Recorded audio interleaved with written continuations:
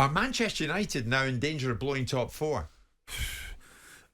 Possibly, Jim. I mean, Newcastle responded yesterday, didn't they, with a really important win where they haven't won for, was it 6 or 7 matches? So that was, it will put them under pressure. They can perhaps catch them. I think Manchester United, though, Jim, will be okay. I mean, when you got beat 7-0, I think you'd want to win that home game against Southampton. Casemiro being sent off, Jim, was a major factor in why that didn't happen. Yeah. They still nearly won the game anyway. But no, it's all to play for with Spurs on their shoulder. Brighton, by the way, denied a win by Leeds, which would have probably put them, on their shoulders, because let's not discount Brighton in all of this, Jim. They've been quite magnificent. So a lot of people on their shoulder, but I just feel Manchester United, with their new manager, I like the look of their manager. Not necessarily in agreement with some of the things he said this weekend about Casemiro, but nonetheless, I think they're in good hands there, United. Well, Casemiro, as you mentioned, sent off. He's now banned for 4 matches due to having already been sent off this season. What about this? In 336 appearances at Real Madrid, Casemiro was sent off twice, with both occasions being for 2 yellows. At United, he's been sent off twice in the space of 8 games. As far as Ten Hag is concerned, in terms of the officiating, he says, look, this is double standards. Refereeing is coming in the start of the season with the policy. We are Premier League. It's going strong here. We want intensity. Casemiro is across European leagues in over 500 games. He had never had a red card, and now he had twice. Overthink that. He plays tough, but he plays fair, and also in this, he's playing fair, same as against Crystal Palace. So it's very debatable. Everyone who knows something about football, and of course when you freeze it, it looks bad. But everyone who knows something about football, who was acting on top football, they know what is bad and what isn't bad, what is fair. I tell you, Casemiro is a really fair player, tough but fair. Yeah. So when it shows over 500 games in big leagues, never sent off. Is it a case of double standards, Martin? Do you agree with what Ten Hag is saying there? To a certain extent, he has a point. I mean, if you look, Jim, at the Premier League, we've only had 23 sendings offs this year. There's 101 in La Liga. So you might look at it and think, well, okay, there's a man who's just come from La Liga and was never sent off unless it was no straight red, shall we say. And it's worth a debate. But when you look at the incidents he's been involved in, then you can't really argue. Although the first one, Jim, where he has his hands on the throat of an opponent at Palace, I think the slow-mo is killing him there, because he's not squeezing the guy by the throat. He just places his hand there. I think it was Will Hughes. And then he pulls his hands away, and it looks more than it did. But this one, I thought this was a sending off, Jim, and I think it's down to the technique of tackle. You thought the one at the weekend was a sending off? And I'm going to talk to you in detail about that, because as a tackler, that was my game. I was a contact defender. I went into a tackle on my side. And if you look, anyone who's listening, watching, have a look back, and you'll see Casemiro, he goes in on his backside. And when you go in on your backside, your foot has to come up. And his foot, okay, he wins the ball. His studs are showing. But then his foot comes up, goes above the ball, and catches his opponent. If he tries to slide in on his side with a different technique, he can pinch that ball, and he doesn't endanger his opponent.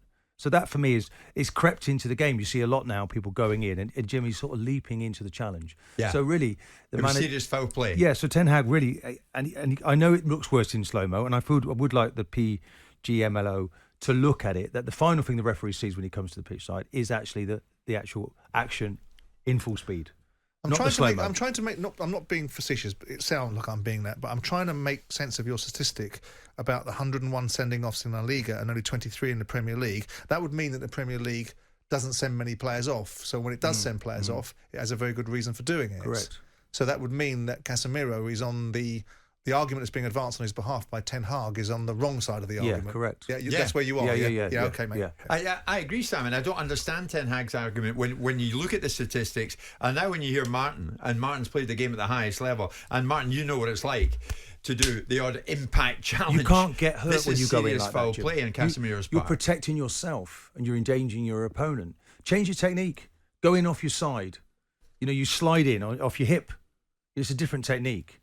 And the modern day player seems to go in on their backside. And the only thing that can happen, Jim, is you fall back and it brings your legs up. So his foot is going to rise if he's going to take that technique for tackles. Yeah. I mean, I noticed, and Let's debate it. You would hear it, Simon, on a few occasions there, when Ten Hag says, everyone who knows something about football, when you freeze it, it looks bad. Everybody who knows something about football knows what's bad, what's fair. Except the referees. And I tell you, Casemiro's a really fair slow mo, though, Jim, makes it look worse. And I don't think the referee should be seeing that. The last thing they see on the VAR screens. But do you think it's naughty of Ten Hag to say anyone who knows anything about football? Freedom of speech. Anthony Taylor does know a lot about football. That's why he's a top referee. Peter Walton in the Times this morning does know a fair amount about football, and that's why he said the Brazilians' forceful challenge fully wanted a red card. So Ten Hag's out of order here. It's a very difficult balancing act, because on one hand, the referee shouldn't be beyond reproach.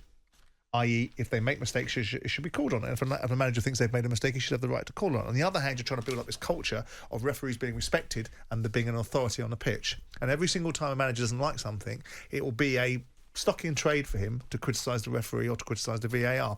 And I find it difficult. He missed it, though, Anthony Taylor. If I'm wrong, I mean, there was a lack of broadcasting at the weekend, okay? So Anthony Taylor didn't see it, did it? It went to VAR, so I believe. Yes. Yeah. Went to Give it yellow for it. Yeah, so he didn't. But that's what it's there for, isn't it? That's what VAR's there for. But he didn't extent. actually see it. So and he's right on the spot, by the way, and he didn't see the actual incident. Yeah, I mean, he gave a yellow. You look at it and say, why wasn't he operating at a level that should give him the ultimate ability to be able to do it? But that's what VAR is there for. VAR is a safety net. What VAR has become is something very different, but it was there as a safety net and an aid memoir to help these guys make the right decisions. It's interesting, though, there's a lot of people pointing on Twitter about what happened with the Leicester game.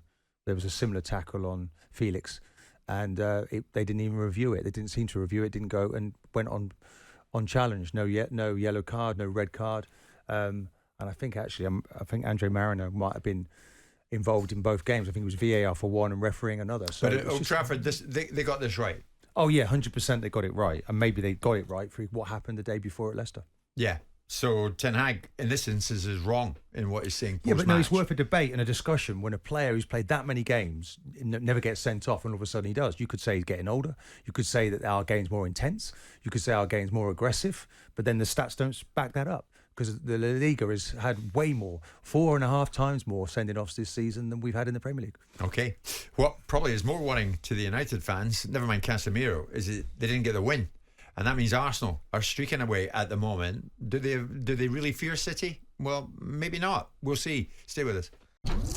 Jim White and Simon Jordan. Monday to Friday mornings from 10 on AM, on DAB, via the talkSPORT app and on your smart speaker. talkSPORT.